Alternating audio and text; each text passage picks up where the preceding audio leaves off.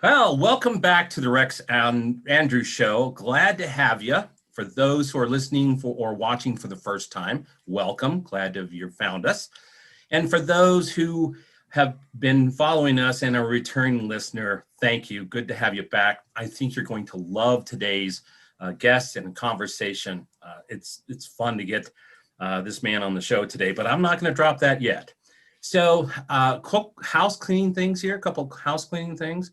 Number one, you can find the podcast in over 23 different app distributions for podcasts. Wherever you find your podcast, it's really good chance it will be there.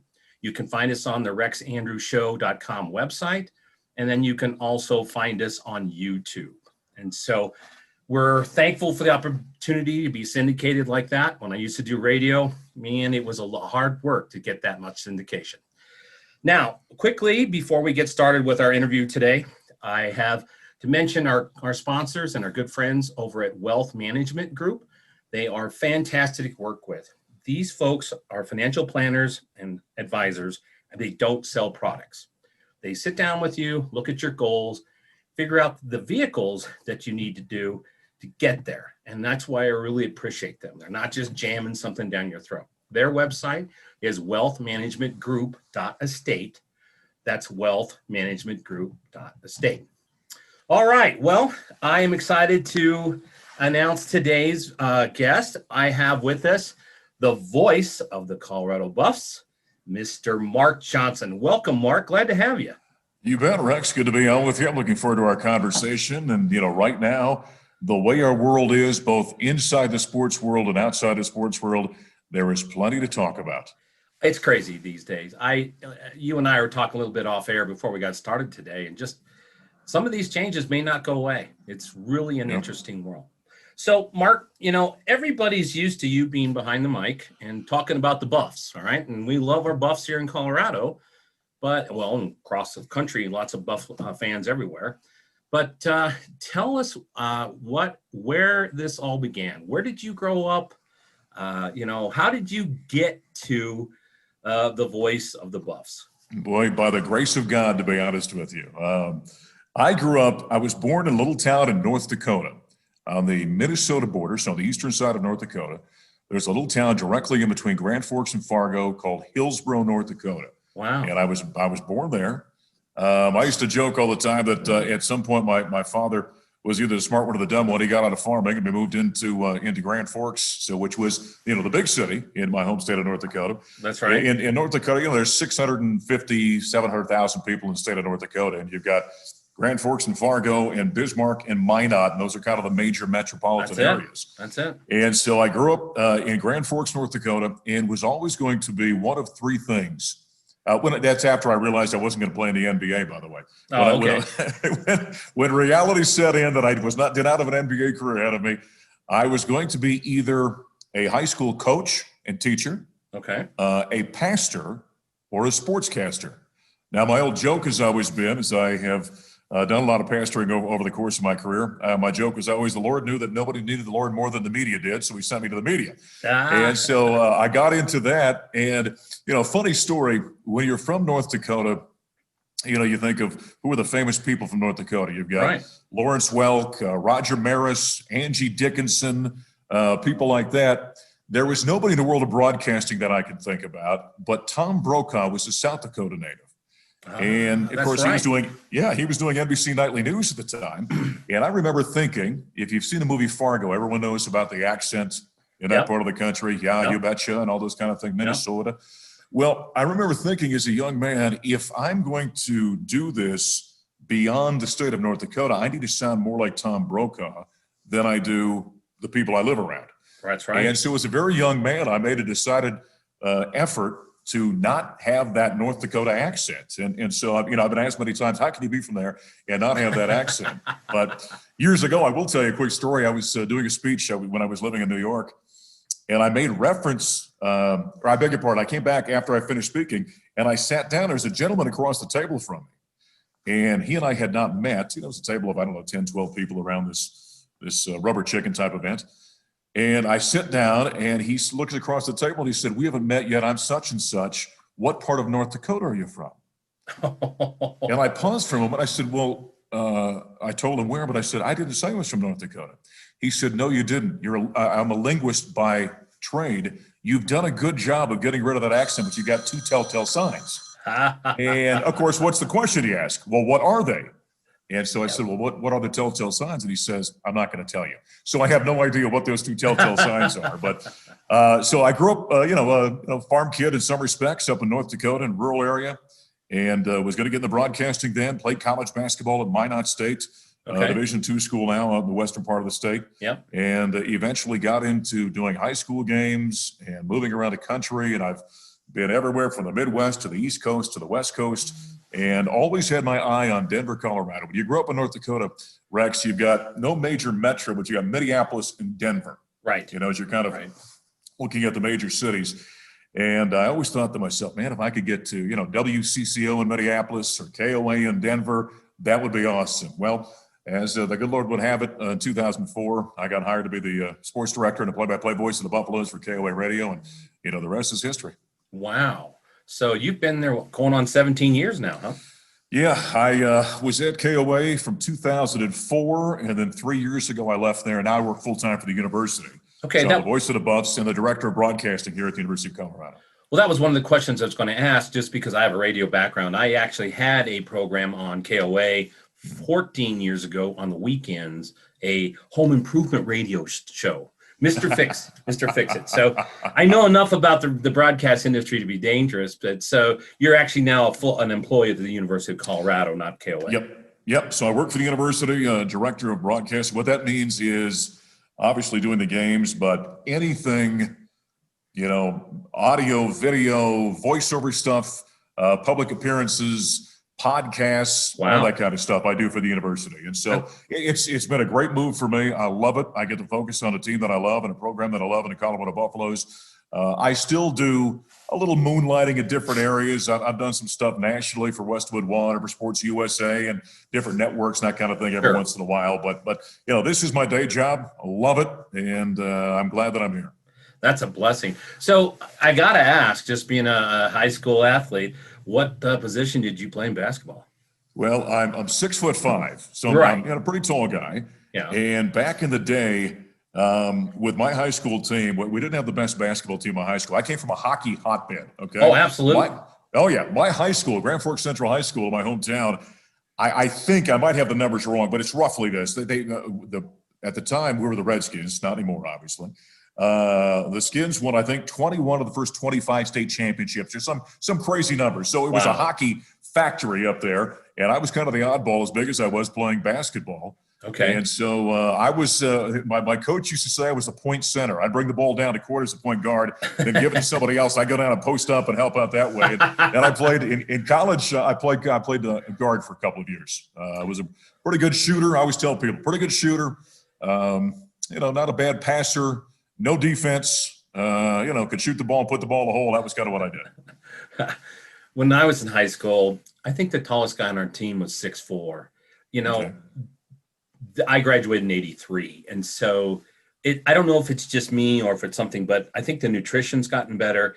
There are a whole lot more of 6'5", 6'6", 6'8" guys today than there were back in the day. I mean, you've a 6'4" guy now, that maybe would be a forward, maybe. Right. That might be a guard in today's basketball. But no, it's crazy. So yeah, all right. So we used to have a guy, and he literally. I grew up and we played ball in Jefferson County and Golden, and we just played the Jefferson County schools.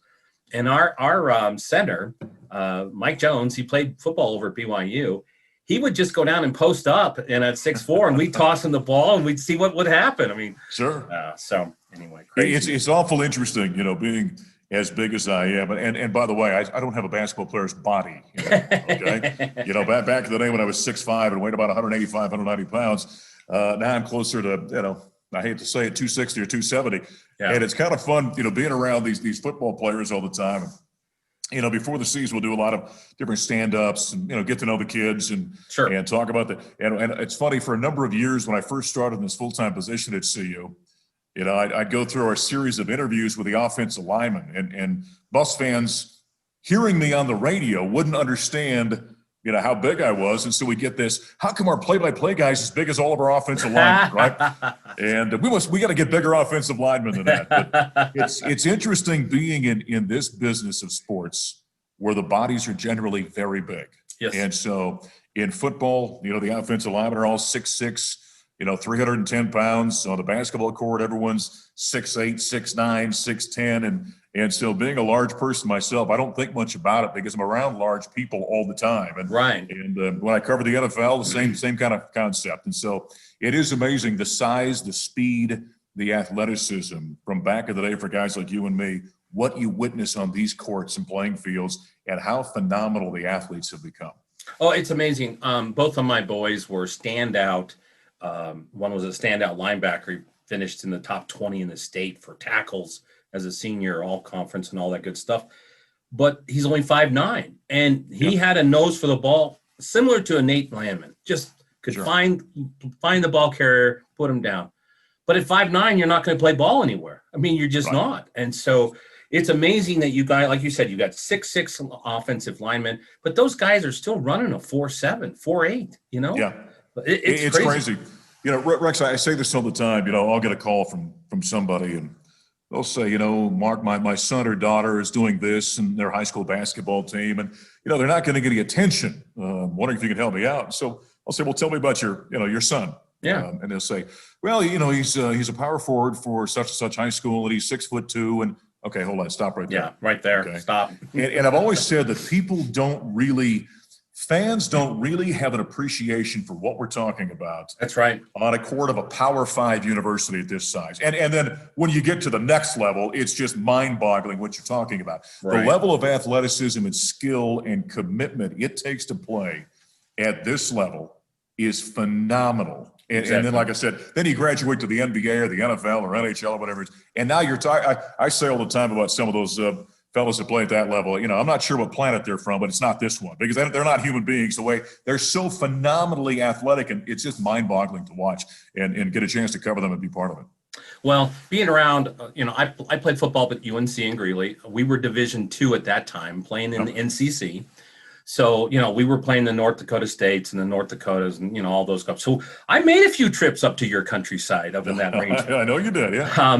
But, it's just crazy when a kid steps up from high school to college, those are the best of the best. And it's in the top, half of 1%.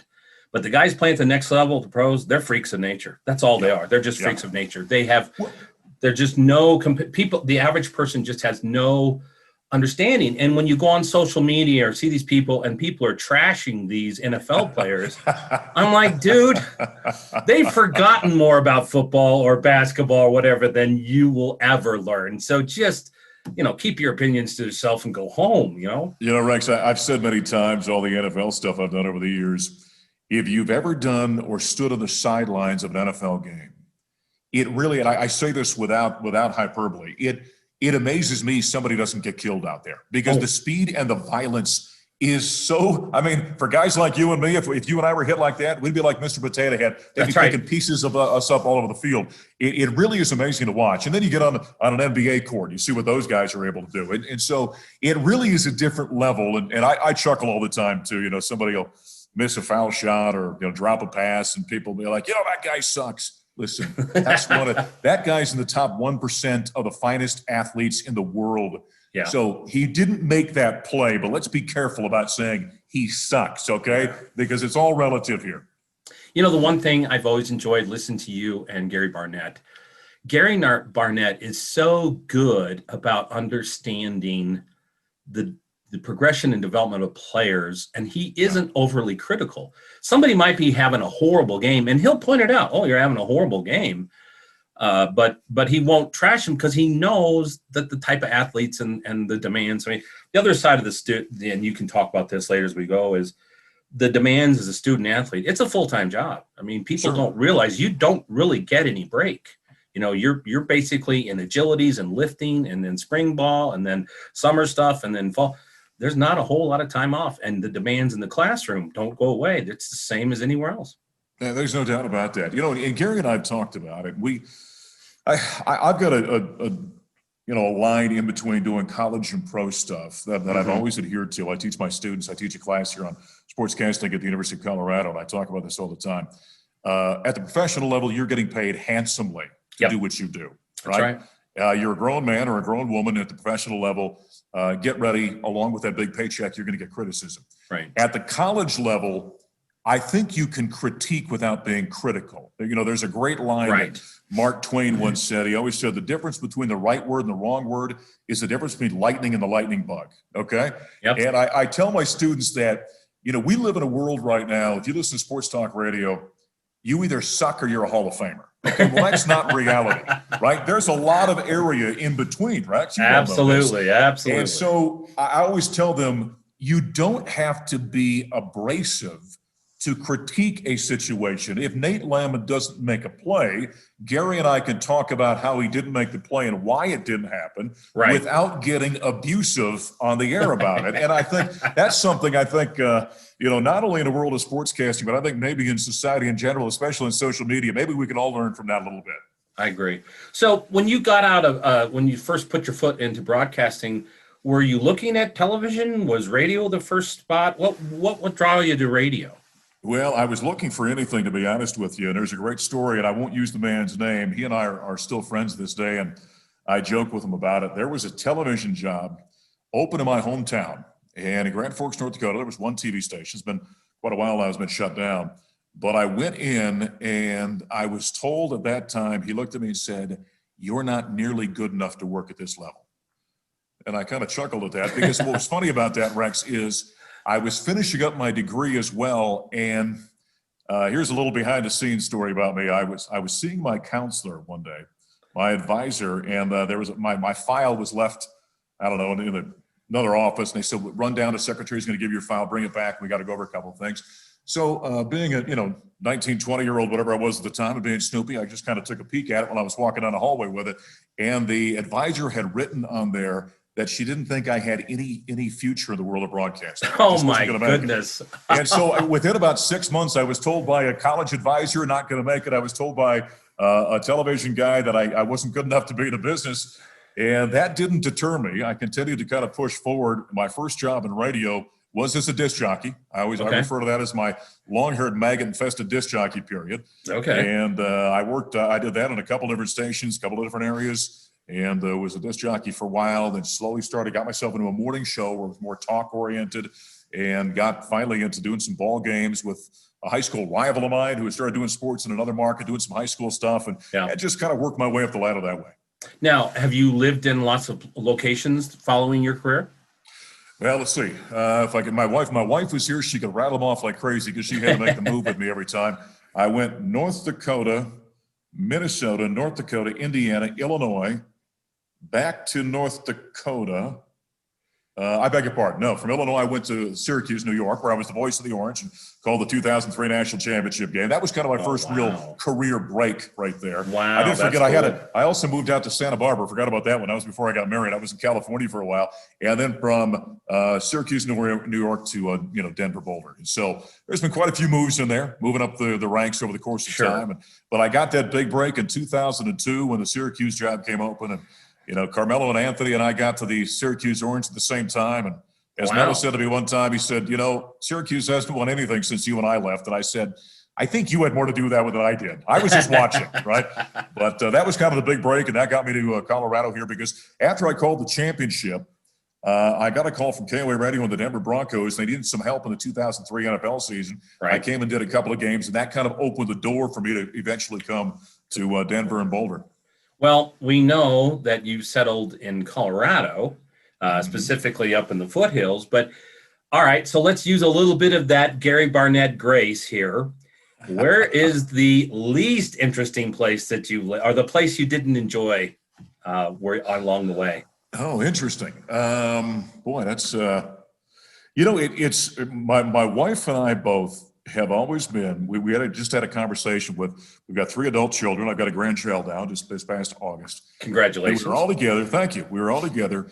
And my wife and I were kind of going through our life a little bit, all the moves with our children, because for them, all they knew, your kids, your parents move, you move. Sure. And we were talking about some of the places we were at, and my wife was always very determined, no matter where we were at, to show my children beautiful things. And she always had that on her mind. Even though I was making no money, we weren't living in always the best spots in the world, she would always take the long route to drive through a nice neighborhood or a park so the kids would see things that were pleasant and beautiful. And so even though we had some spots that, weren't necessarily garden spots, I lived in West Lafayette, Indiana, which, Purdue is there, which is beautiful. I wasn't necessarily living in a great spot. I was in Mankato, Minnesota at one point in time. Not necessarily a garden spot, but then again, you're talking about a small town guy here who doesn't mind small towns. And so, there might have been some that were shinier than others, but I'm not sure I lived in a spot where I look back and said, well, that was a spot I never want to go back to. Oh, good. Well, I've lived in 7 states, and there's a couple I would refer to, but that's another show. I grew up here in Golden. I'm a Colorado native. I used to be the Coors newspaper boy way back in the day. So, there you go. So no, there's no place like Colorado, and I just don't want to I don't want to tell anybody else on the West Coast that. But Rex, I'll tell you this: a few years ago, I had a heck of an offer, to take another job. Right. And boy, I sat down real hard and looked at it, and finally sat down with my wife, and I said, "It's a pretty good situation. What do you think?" Yeah. And she finally says, "You know what? I think you should take that job." I said, "Really?" She said, "Yes. The kids and I will come visit, but you could take that job." And she made it very clear the Johnsons were not leaving the state of Colorado. And that kind of sealed it for me right there. Story. So in your time here in Colorado, looking back over, because I'm sure you have had the opportunity to interview and been around a lot of interesting characters and personalities. Do you have, some examples of just some folks that you interviewed or worked with, athletes, coaches, staff members that just come to your front of your mind, just like being, quick stories about them? Well, I think, when you're in a program like I've been, or in a market like I've been, and being in the world of sports, think of this. I take the job here, and I am essentially, now he was my partner for 12 years, but I'm replacing a legendary figure in Larry Zimmer. Oh, Larry. Who comes sit in the booth, right? And you being a native, you know this. Yeah. Oh, yeah. In fact, Rex, I'm out in New York doing the games for the Orange, and word started leaking. This business is kind of small. Sure. Word starts leaking that I'm probably going to take this. At least I'm having conversations with them. And I start getting calls from play-by-play guys all around the country saying, "Do not take that job. You don't want to replace a legend, for goodness sakes." Because, they always say you don't want to be the guy after the guy. You want to be the guy after the guy after the guy, right? Right. You want a little buffer in between. And so, I got to sit in the booth for 12 years with a legendary figure, not only in Denver, but certainly with the bus program, as Zim did both the Broncos and the bus for many years. Yeah, absolutely. You get here, and a guy that I was fascinated with as a young sports fan growing up. I've gotten to know Bill McCartney very well over the years. Yep. You think about being around the Denver Broncos and having, one-on-one interaction to speaking events with somebody like Peyton Manning, or being around a John Elway and having moments with him. And so, there's just so many that you kind of almost forget half of most of the time. Being at Syracuse, think of the 2 years that I spent there, having interactions day to day with a Hall of Fame coach in Jim Boeheim. Oh, yeah. And all the basketball that he's been a part of at all levels, and the impact that he's had on the game. And so it's really a fascinating business to be involved with, especially when you're the play-by-play announcer, because as the voice of a team, you're given a bit more access generally than a normal, like a beat writer would be or someone like that. Sure. And so you get a little bit more access, a little more behind the scene.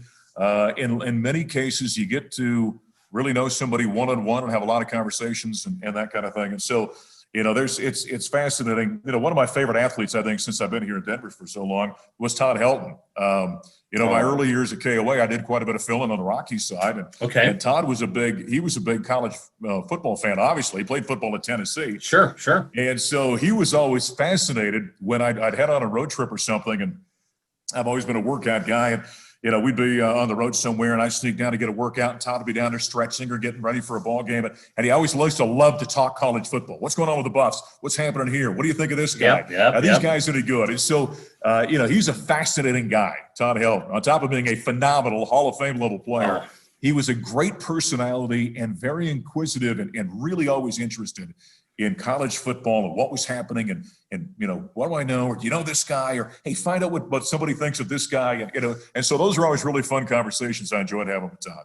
Well, a lot of people forget about Todd is he was right there with Peyton Manning. That's in fact, right. Peyton Manning took his job from him, and so the fate of going to baseball. I mean, he did Hall of Fame career and an icon here in Denver forever, but.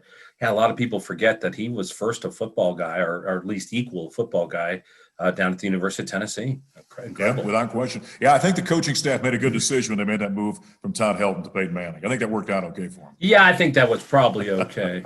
Certainly, we here in Denver appreciate that. Now, apparently not so anymore. They're so impatient, but that's another whole story. I just, we've been to 2 Super Bowls. We went to 2 Super Bowls under Manning, won.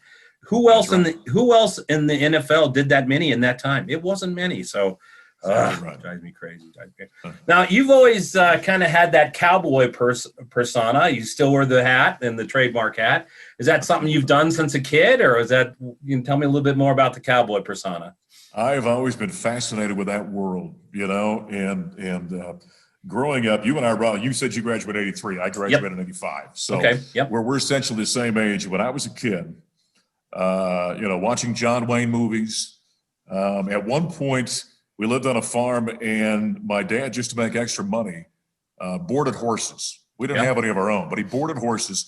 And my dad did not I just realized I still had the hat on. My goodness. That's all right. It fits the persona, right? Yeah. My dad didn't like horses. He thought they were just vile creatures. And I was fascinated by them as a little boy. And part of my job as a kid at that time was to go out and clean the stalls and that kind of thing. And a few of the clients ultimately would ask me hey, would you exercise my horse for me? Mm-hmm. And so I got into that. I didn't know come here from Sikkim about what I was doing, but I used to love to jump on those horses and ride them around. And so it was always a fascination for me.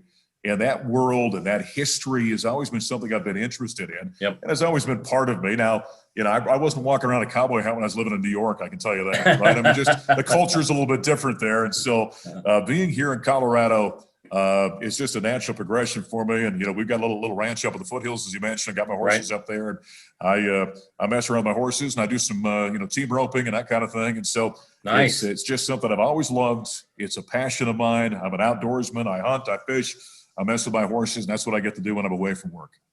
Well, no wonder you don't want to live in Santa Barbara. So, well, I had a similar background. My grandparents had a very large ranch just outside of Valentine, Nebraska, by the South Dakota border. Nice. And we spent every weekend or vacation there, and it was a cattle ranch. We raised mostly Angus cattle. But man, do you learn how to work in that environment? Oh my goodness! And we got to be fairly handy with horses. But my dad, that's how he actually met my mother. My dad was a virtual horse whisperer. He was a horse trainer. Wow. So he could break a horse and just so quick. It was just amazing. So I've always been on the fringe of that. When we were young, growing up in Golden, we had a horse out on the property that is now the Colorado Mills Mall. Okay. And that was all belonging to the Stevenson family. And somebody left the gate open one night, and our quarter horse got out and got hit by a car. So that was the end of our horses. But going back and sort of blending the horse with the football and Zimmerman. My dad was a highway patrolman here in Colorado. And of course, they didn't pay highway patrolmen dirt back in the day. So he was always doing something. And one of the businesses he had that left over from being the cowboy in Nebraska was he had a horse shodding business. And so we had a mobile trailer, and we would, hop over and we were everywhere in Jefferson County, went down into Parker and places. Anyway, my fondest memories, and I think I shared a little of this back on Facebook 6-8 months ago or something, is I can remember on Saturdays, because that's when Dad was off, we would be out shodding horses, and my job was to hold the reins and keep the horse, calm. Sometimes I was good about that. Sometimes I wasn't so good. But we always had the football games on in the background. Now, my dad was a Nebraska grad, so we had the Husker games on, but we also had we'd always have the CU games on. And I can tell you, I would be bored out of my mind if I wouldn't have had the radio on listening to football games. Sure. It's an art when you, and Zimmerman just, everybody who ever listened to him can attest to this, but for those not old enough to remember, it's an absolute art to be able to broadcast a game play by play, keep the fans in it. And I literally had theater of the mind because I'd been to a few CU games, so I could remember watching Steve Sewell go streaming down the field in front of me, scoring a touchdown at Oklahoma. But I would sit there as a kid and I would just close my eyes holding those reins and just take in the game. And those, they were fabulous, fabulous memories. Now, my dad's been gone almost 7 years now, but boy, I look back to that and those are some golden days because I think a lot of it, those were golden days of radio because we didn't have anywhere near the amount of television broadcasting. And of course, no podcasting or, social media and those types of things. And so it was a really golden age of radio from my perspective. So next question I was going to ask you is, what do you think about radio going forward? How, there's been some knuckleheads out there that say, oh, radio's dead. Where do you see that fitting in? Because, you live this every day. I don't think there's going to be an end to it because it's a personal medium.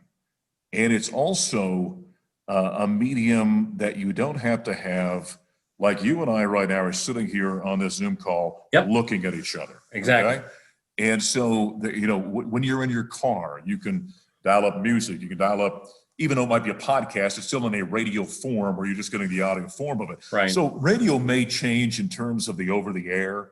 You might not have terrestrial radio stations. Everything may go online because all the cars are going to be, except for the old pickup trucks I drive, are going to be, everyone's going to have the internet in them. And so I don't, there's always going to be an audience and a market for interesting talk, for debate, for sporting events, because you're driving down the road, I can't sit and watch the Monday Night Football game. Exactly. I have to listen to the Monday Night Football game. Yep. And there's something about that. You just touched on something that I think is really interesting that I've really thought a lot about over the years.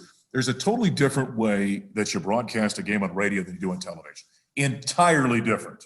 Yeah, because you've got to paint a picture. You can't just talk about a picture. Right. Exactly right. When I was at Syracuse, Bob Costas, who was a Syracuse grad, he and I were doing a show together at one point in time. We got talking about that. And at the time, he remember him saying, for those of us who do this for a living, if you had your druthers, you'd always do radio. It's the purest form of what we do. Right. But because of the paycheck, most of us go to television at some point in time, right? Right. But, the thing about it that's interesting to me, the more we've gotten into more reliant upon television, and I got, we both got our phone here. We're sitting here staring at your phone. We're losing the theater of the mind, and I've had no greater example of this than it's 3-4 years ago. I was at another speaking event, and this woman was asking me at the table about doing play-by-play. And she said, "I've got a question to ask you, and it's never made sense to me what you say." And I said, "What's that?" And she said, "You'll tell me that the Buffaloes are moving from left to right or right to left." And I said, "Okay, what's confusing about that?" And she said, "Well, I don't know where you're sitting." And I said, "It doesn't matter where I'm sitting." And she says, "What do you mean?" And I said, "Shut your eyes." And so she shuts her eyes. And I said, "In your mind's eye, think about a car driving from left to right or from right to left." I said, "Do you see it?" And she said, "Yes." And I said, "So it doesn't matter where I'm sitting. I'm describing it for your viewpoint as you're sitting there." And so, it's first down and 10 for the 25. The Buffaloes moving left to right. They've got the ball in the right hash bar. I said, so it's all for you to see. But I think as time goes on, we're losing that ability to see here. We're always worried about seeing with the eyes and not so much with the mind. And I think there's creativity that comes along with that. There's imagination that comes along with that. And I'm a little concerned about that. But that's something that doing a game on the radio, you really take advantage of.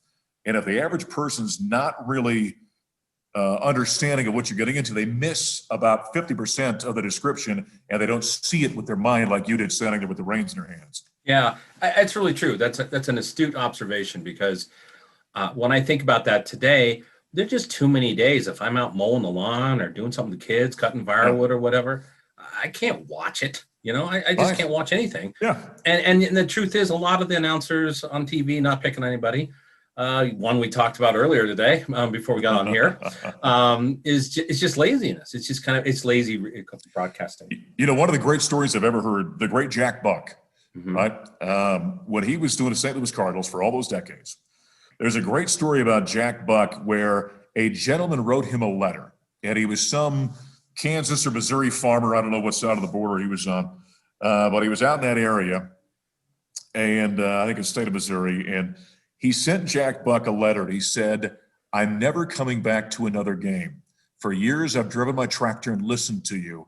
And when I walked into Busch Stadium, it wasn't nearly as beautiful as you made it sound." And I always thought, what a great compliment to Jack Buck that farmer sitting out there in his tractor and wherever he was had this image of what that cathedral looked like, right? That baseball cathedral looked like. And when he walked in, it was a letdown. And, I've always thought about that over the years. And Rex, I'll tell you, when I was at Syracuse, I got a letter after I called the national championship game. A guy sent me a letter that I still have in a file at home.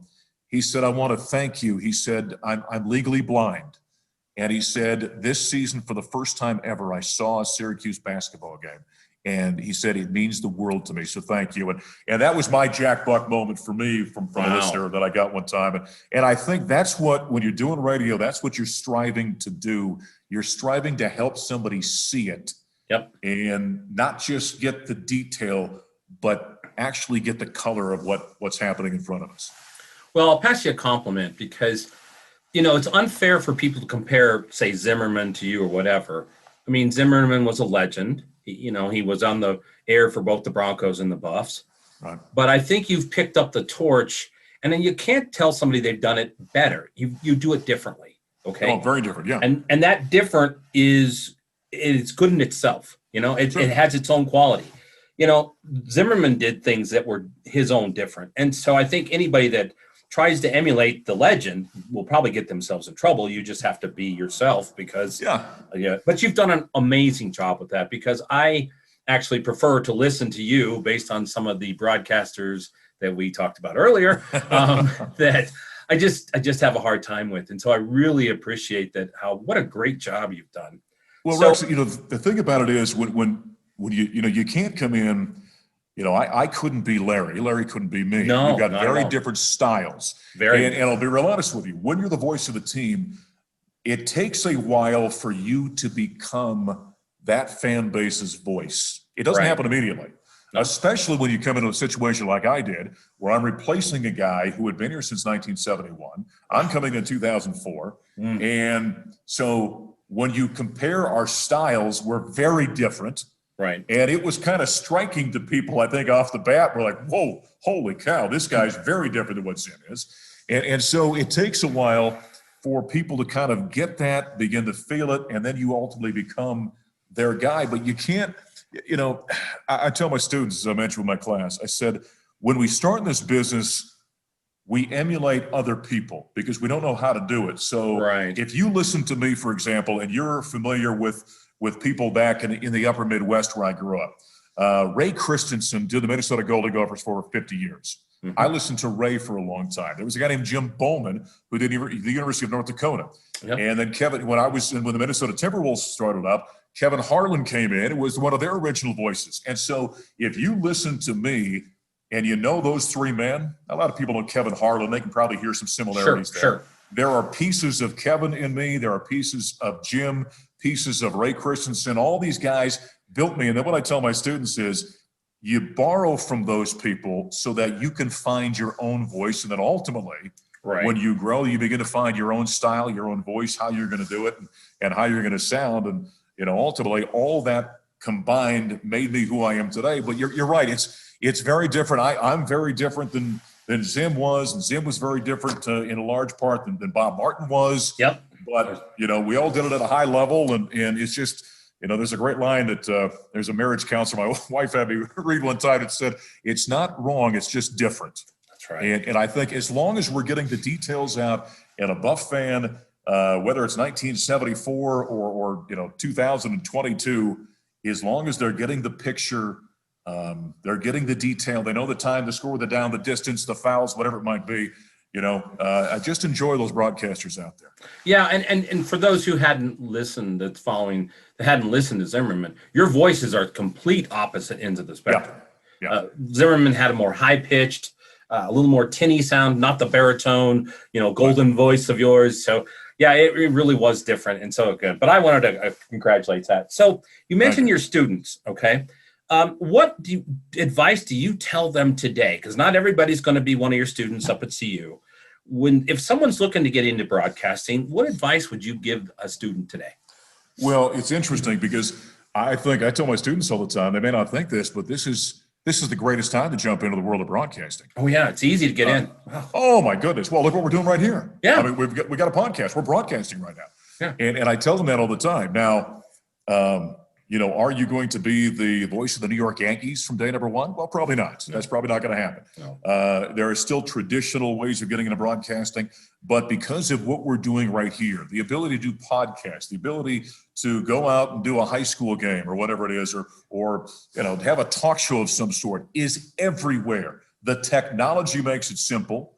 Yep. It's easy to do. It's inexpensive to do. Yep. You can get into broadcasting right now, where I walked around and knocked on the door of every radio and TV station I could, drive up to look for an opportunity. There was no other opportunity. And so I tell them at this point in time, this is a great time to get in this business, on top of the fact that I think there's a real opportunity because this business has become so relaxed in some respects. Going back to what I mentioned about, studios right, studios, but you either suck or you're a Hall of Famer. And sometimes I just look at this and go, there's no depth to that conversation. Right. One of the things I do in my class all the time, they get there, they think they're going to be taking a broadcasting class. And I always tell them, okay, this class is broadcasting, but it's really about communication. And I want to know, I always tell them, if you can write, you can talk. We can all talk, but if you can write and write clearly, you can really talk and really make an argument. So I have them run an opinion piece every week. Nice. And I'll have them come in and say, well, I don't have an opinion about that. That's not an opinion. And guess what? When you got on that radio station, on that podcast, if you say, I don't have an opinion, why am I going to listen to you? If you got nothing interesting to say, why am I listening to you then? You have to have an opinion. And in the world of broadcasting, if you have an opinion, and you know this as well as I do, in the world of social media, you better be able to back it up, because you'll get destroyed if you don't. That's right. That's right. And so I just explained to them, listen, this is also, I think, a chance, because I think there's a lot of broadcasting going on, and there's not always a lot of great broadcasting going on. So you've got an opportunity. There's all sorts of avenues to go to get your foot in the door. And I think if you've really got something, if you've got some talent and you've got a uniqueness about you, you can really climb fast in this business in this day and age. Well, I agree with you. It's really interesting. I've been in technology for 35 years, everything internet, online marketing, all that kind of good stuff. Well, the crazy part of it is now there are YouTube channels and podcasters that have larger audiences on a daily basis than CNN. Right. Isn't that amazing? Think of that. When we grew up, CNN was the bomb. I mean, what they come out in, like 84 or something. Like that. You couldn't go anywhere without, CNN and all that kind of stuff. But to think that I've got a Tim Pool or a Joe Rogan or a Ben Shapiro who have multitudes larger audiences than a CNN. Yeah. And they started in their basement. And then you add the pandemic, which I think is hilarious, because I've gone this route because I'm not worried about it. I'm in the middle of getting a new house, and I'll have a better studio. But thanks to COVID-19, people are used to watching the nightly news of a guy sitting in his living room with the pictures in the background. Yep. So they don't care. All they care about is the content. Is it good? Is it entertaining? Is it educational? So it's in my opinion, and I haven't been in broadcasting as long as you have. I only had a radio show program for 3 years here in Denver. I think it's the Wild West, because I think people can get in for next to nothing. You start getting a few interesting guests, and you do the right traffic. The next thing you know, it's an interesting business. Rex, the business is so changing so quickly, not with the technology. But you alluded to this earlier about the fact that I'm doing, for example, tonight, I've got a basketball game I'm doing, right? I'm talking to you right now from a room in the bowels of the CU Event Center. That's what you're seeing behind me here, the lights and all that. Yep. And this is a spot we do a lot of television stuff. I got a green screen and all kinds of things sitting in here. But I'm going to be doing the broadcast. The Buffaloes are in Seattle. I'm going to be sitting in the Buff Vision control room, and we've got television monitors. We've got effects feeds being sent to us, and I'm doing the game remotely. You talked about television and what they're doing. Anchors are sitting in their basements. Yeah. You're seeing on ESPN games. The other night, my good friend Dave Pash, who preceded me at Syracuse, is doing a game with Bill Walton. They're sitting in their home offices doing a college basketball game. We're seeing more and more of what you and I are doing. You flip on Fox News or something, and a guest is on a Zoom platform of some sort. This whole thing is changing. The phone that we're able to do right now, and a lot of TV people, it drives them crazy because the quality is becoming so great with these. You can do anything on it. Brian Gumble was doing his HBO show on his iPhone with nothing more than a little light in front of him. It's got a high-def camera on it. This whole thing's changing. And, it used to be on a network show, a network news program or something.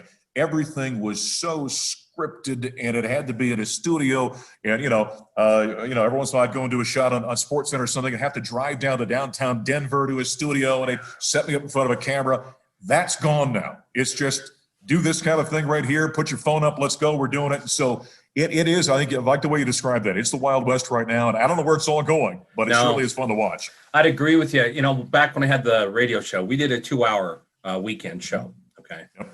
You had to worry about the clock all the time. Right. I can remember sitting there interviewing guests, because it was literally I would just interview home improvement contractors. That's what the show was.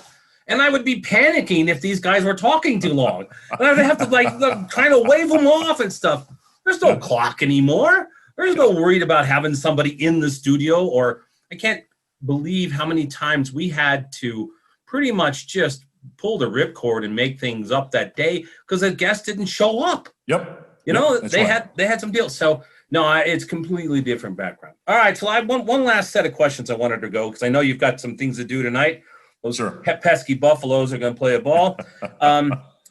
I know that because I follow you on Facebook, and that's where we connected and get things going, that you're a man of faith. And I think that's something that's really important today. And so if you could, I'd just like to have you share with us, because I see a lot of your posts here and there of some great quotes and things like that. So what's it like being a man of faith these days?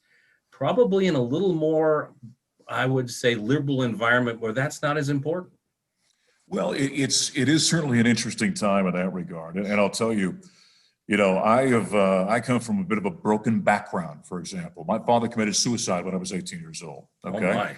And which totally altered the course of my life, obviously. My wife had a terrible knife attack when she was in college at roughly the same time. Wow. And then ultimately, these two broken people come together and form a marriage as very young people at the time. We have our first child. My first child was at our wedding, by the way. And so, we didn't necessarily do things the way we were supposed to. And then our third child is a disabled young man. We call him our forever child. He's 23 years old here, coming up in a couple of weeks. Yep. And Jake, will live with us forever. And so you want to talk about a road that I've traveled, Rex, with some enormous potholes. I mean, those are life-altering type things that can really destroy people, destroy marriages. Because of my dad's circumstance, it really has negatively affected greatly my broader family. And so I felt drawn, even as a young man, even before my dad's death, by the Lord. And I've always been a follower of Jesus, and I've always been a Christian. And as time wore on and all these enormous events would happen in life, my wife and I coming together, we're broken individuals, we're good-hearted people, so we love each other, but still, we're driving each other crazy and all those things. And then having a disabled child and the stress that puts on it. In the disability world, we found out over the years, 90% of those families get divorced. I mean, it's the stress and the burden is overwhelming at times. And so I don't know how you can get anywhere with any type of those kind of difficulties. And that's just my story. Everyone viewing this has got their same story and the things they've gone through. I don't know how you survive all of that without having faith in a belief that there's something there that is a greater power than you are. In my case, it's the fact that I've got Jesus Christ as my Lord and Savior, and his grace is going to save me and sustain me. And that has gotten me through it. You know, we live in a time right now where you see, and especially through COVID, alcohol use rising, drug use rising, depression medications, suicide rates are going through the roof. And, you know, there's a lot of peacelessness out there that because of my belief in Jesus, I don't necessarily share in that. Not saying I don't have my unpeaceful moments, because I certainly do, but I know what my value is, where I'm from, you know, where my citizenry ultimately is going to be in heaven, and all these things that we talk about in a Christian world. And that's what sustains me. And, you know, every day I get up, now I've got a 22-year-old son, like I mentioned, will be 23 here. And we don't know with Jake day by day. We were told when he was born, he wasn't going to last a week, that it was a month. Now he's not going to last 6 months. Now here we are almost 23 years later, and he's still here. But what does that mean day to day? I had a conversation with a coach a number of years ago that was here at CU that really struggled with the pressure of coaching.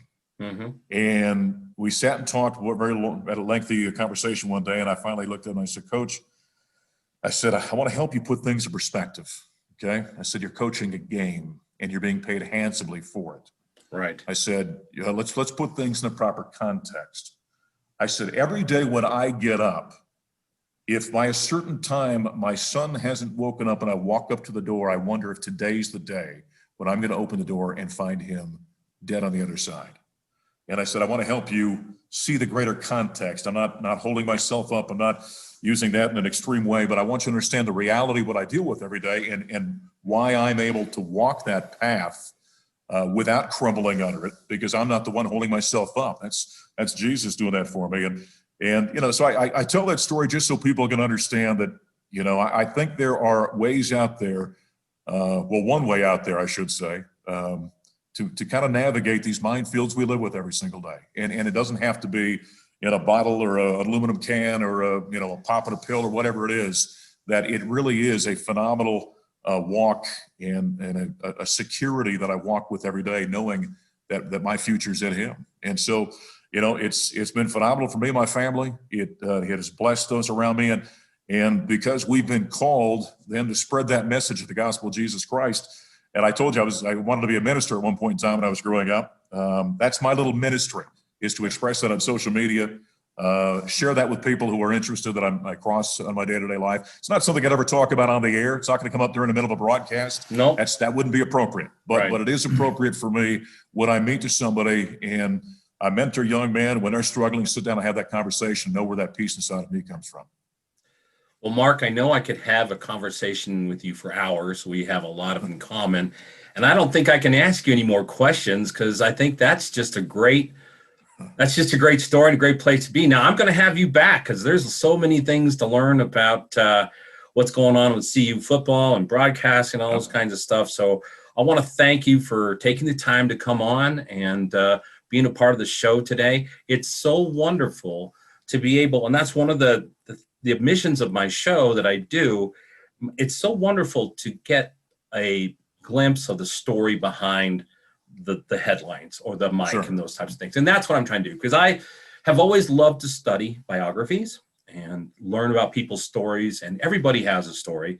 But the thing is, we oftentimes think that, oh my gosh, these people that are in the limelight or in the public, they don't have the trials and the struggles and, you know, a special needs child and et cetera there. So I appreciate you sharing that with us today. And until next time, I'd like everybody to come back and listen. And I will have Mark back on. You can count on it. Thanks for following us today on the Rex Andrews Show.